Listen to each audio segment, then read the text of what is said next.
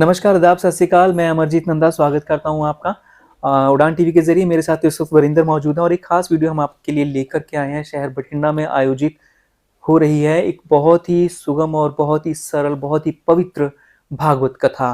और भागवत कथा जो कर रही हैं वो भारत की सबसे युवा और कम उम्र की जिनकी उम्र बहुत ही कम है, और भारत के सबसे युवा हमारे साथ में भागवत कथा करने वाली देवी दीदी हमारे साथ में, चित्रलेखा जी साथ में हैं। और हम जानेंगे उनसे कि आखिर भागवत कथा है क्या और किस तरीके से हम अपने जीवन को सही मार्ग पर ला सकते हैं भागवत कथा के जरिए। तो सबसे पहले स्वागत करते हैं उनका उड़ान टीवी के जरिए।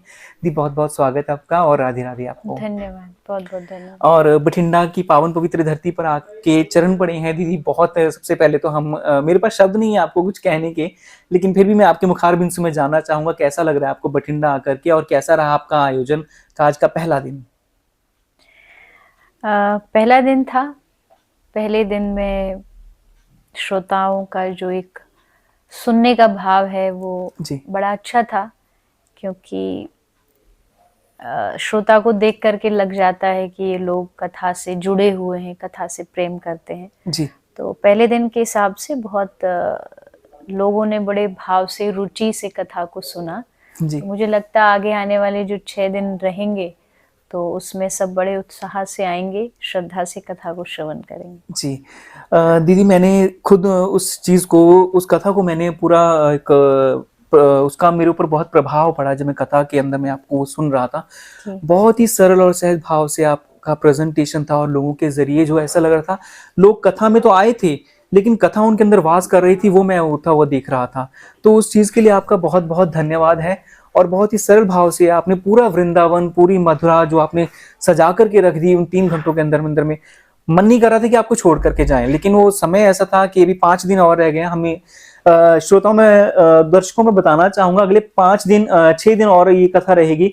आप अपने परिवार के साथ छाबड़ा पैलेस में 3 बजे से शाम को 6 बजे तक में जरूर पहुंचिएगा अपने परिवार के साथ। अपने दोस्तों मित्रों को सभी को जरूर बताइएगा कि छाबड़ा पैलेस में आपको पहुंचना है। दीदी चित्रलेखा जी आई हुई हैं और कथा की भीनी भीनी वर्षा अगर आप चाहते हैं तो कथा में जरूर पहुंचिए। भागवत कथा का आयोजन दीदी चित्रलेखा के मुखार बिंदु से हो रहा है। दीदी, एक अहम सवाल जो है मैं जानना चाहूंगा। भारत युवाओं का देश है, ज्यादातर पॉपुलेशन युवाओं से भरी हुई है, लेकिन आज का जो युवा है वो कहीं ना असहज है, बहुत जल्दी चीजों को पा लेना चाहता है और सीधे मार्ग की जगह वो शॉर्टकट लेने पर ज्यादा रहता है। आप क्या कहना चाहेंगे? बहुत सीधी सी सिंपल सी बात है कि पोलियो से बचने के लिए हमें हमेशा बचपन में ड्रॉप पिलाई जाती है, हमारी हेल्थ को बढ़ाने के लिए घुट्टी पिलाई जाती है जी। लेकिन हमारी जो मेंटल स्थिति है, यानी जो हमारे मानसिक विचार हैं, उन विचारों के लिए कभी भी हम पे बचपन से ध्यान नहीं दिया जाता है जी। ना तो परिवार की ओर से और ना शिक्षक जो होते हैं स्कूल के उनकी ओर से। जी। सिर्फ जो एक बाहरी जो मटेरियल दुनिया है उसके लिए बच्चों को तैयार किया जाता है। जी बिल्कुल। और उस मटेरियल दुनिया में जब वो कभी हार जाते हैं, थक जाते हैं, निराश हो जाते हैं, तो उनको नहीं पता कि कहाँ जा कर के वो अपना थकान को, अपने स्ट्रेस को दूर करें। तो इसमें मुझे लगता है फर्स्ट जो है फाउंडेशन मजबूत होनी चाहिए। फाउंडेशन में सत्संग होना चाहिए। जी। बच्चे को बचपन से जैसे आप घुट्टी पिलाते हैं, आपको अपने घर में, परिवार में बच्चों को सत्संग सुनाना चाहिए ताकि वो अपने भविष्य में हर स्थिति से लड़ने के लिए तैयार हो। जी। क्योंकि जैसा आपने कहा, प्रॉब्लम वही है, सब चीज एक ही बार में पाना चाहते हैं, धैर्य नहीं है। और आज मैंने कथा में भी यही बोला था जी। कि कथा जो है वो आपका खोया हुआ पेशेंस लौटाती है। जी। तो पेशेंस को देने वाली कथा होती है, सत्संग होती है। तो अगर हम चाहते हैं कि युवा एक अच्छे मार्ग की ओर जाए तो जरूरी है कि उनको सत्संग से जोड़ा जाए। लेकिन क्या हुआ, एक टाइम पर एक समय ऐसा था जब सत्संग को एज अ ओल्ड एज के लिए जी बिल्कुल नियुक्त कर दिया गया था कि ये तो बूढ़े लोगों का काम है कथा सुनना, हमें तो अभी आगे बढ़ना है। लेकिन आप आगे कैसे बढ़ोगे जब आपके भीतर ऊर्जा नहीं होगी? जी। तो सत्संग जो है वो मन का, आत्मा का खाना है, आत्मा की डाइट है। तो वो अगर बच्चे, युवा थोड़ा थोड़ा सत्संग की ओर रुझान, और दिख रहा है, ऐसा नहीं कि आज के टाइम में युवा सत्संग में नहीं आते। आप रेशो निकालेंगे तो आई थिंक कथा में भी आपको 40 से कम के लोग अधिक मिल जाएंगे जो कथा सुनने आज आ रहे हैं, क्योंकि वो देखते जब एक उनकी उम्र का व्यक्ति कथा कर रहा है तो कहीं ना कहीं उन्हें लगता कुछ तो है इसमें, जो जी। अगर ये कह सकता तो हम सुन सकते हैं। जी। तो मुझे लगता है ये एक रास्ता है कि उनको सत्संग से जोड़ा जाए, तभी उनकी ये जो समस्याएं बढ़ रही हैं ये खत्म हो सकती है। जी, यानी कि शॉर्टकट अगर आप कुछ पाना चाहते हैं, शॉर्टकट ना जा करके आप धैर्य धारण करके और उस चीज़ पर संयम शॉर्टकट बना करके आप उन देखिए चीज़ों को ले सकते टाइम हैं। सिचुएशन पर डिपेंड करता है। जी। शॉर्टकट हर चीज में नहीं हो सकता है। हर एग्ज़ैक्टली। चीज में मान लीजिए जहाँ दो रास्ते हैं और आपको पता है ये रास्ता मंजिल तक पहुंचता है और आप उस पर कंफर्म है, तो आप शॉर्टकट लेने में कोई दोराय नहीं। लेकिन उस शॉर्टकट को आप हर जगह अप्लाई नहीं कर सकते। एग्ज़ैक्टली। वहां आपको समझदारी दिखानी होगी। कहते हैं विवेक बुद्धि में होना बहुत जरूरी है। वो बुद्धि डिसाइड फिर कर पाएगी कि कहाँ मुझे शॉर्टकट लेना है और कहाँ नहीं लेना है।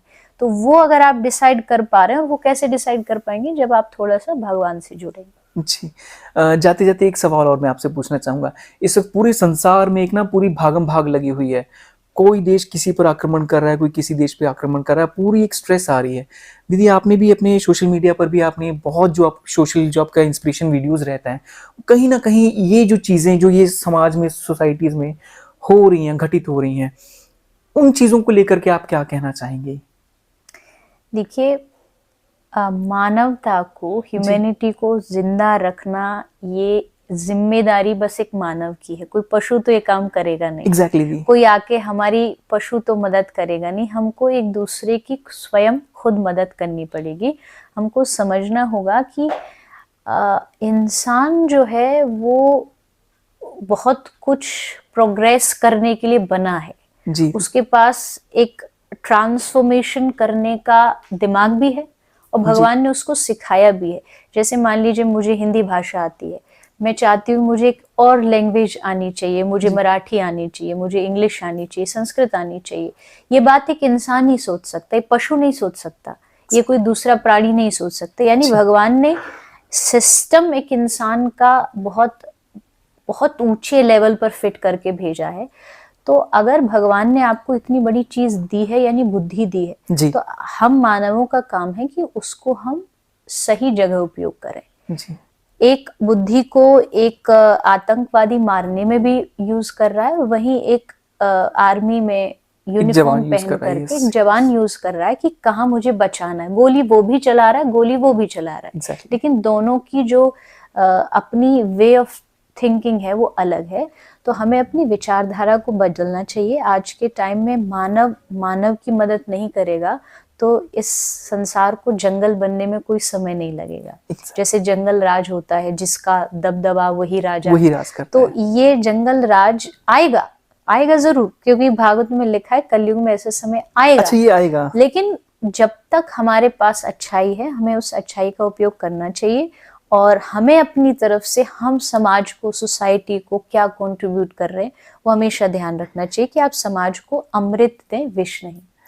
दी से एक सवाल और मैं गुस्ताखी चाहूँगा आपसे, माफ़ी चाहूँगा इस चीज़ के लिए। एक सवाल जो भागवत में महाभारत में अध्याय 4 में जो ये खंड आता है, यदा यदा हि धर्मस्य ग्लानिर्भविति भारत अभ्युत्थानमधर्मस्य तदात्मानं सृजाम्यहं जी। परित्राणाय साधूनां विनाशाय। दीदी फिर क्या वाकई भगवान आएंगे और इन जो दुष्ट आत्माएं जो हैं, ये जो दुष्ट हैं, जो इनका संहार होगा, ऐसा कहा जा सकता है या ऐसा होगा अभी जैसा आपने फरमाया? देखो दो तरीके, भगवान एक आते हैं स्वरूप रूप में, वो हर युग में भगवान का अवतार होता है, वो शास्त्रों में लिखा है, उसको कोई मना नहीं कर सकता। त्रेता में आए, सतयुग में आए, द्वापर में आए, तो कलयुग में भी आएंगे। कल की अवतार निर्धारित है, होगा। लेकिन हमें उसके लिए इंतजार नहीं करना है, क्योंकि जब कल की अवतार होगा तब ये धरती जो है वो पूरी तबाही की ओर होगी। अब हम चाहें कि कलयुग का वो रूप हम देखना, भगवान सबको बचाए उस रूप से देखने के लिए, क्योंकि वास्तविकता में जो लिखा है, जहां तक लिखा है वो चीजें अब तक तो हो रही हैं, तो मतलब आगे भी होंगी जो लिखा है, तो उससे हमें बचना चाहिए। अवतार होगा जरूर, कल की अवतार श्रीमद् भागवत जी में हर जगह वर्णित है कि उसका अवतार होगा। लेकिन हमें कुछ अच्छे काम, कुछ भक्ति करके अपने आप को कल्याण के मार्ग पर लेकर के जाना, ताकि हम उस समय तक भगवान कभी अवतार जन्म हमें ना दे और हम मोक्ष की या भगवत प्राप्ति हमें हो जाए। जी, आप हमारे दर्शकों के साथ जुड़े हैं दीदी। आपका जुड़ने के लिए हमारे चैनल के जरिए, उड़ान टीवी के जरिए बहुत बहुत धन्यवाद। अपना कीमती समय दिया। बहुत बहुत बहुत बहुत धन्यवाद दीदी। राधे राधे। राधे राधे।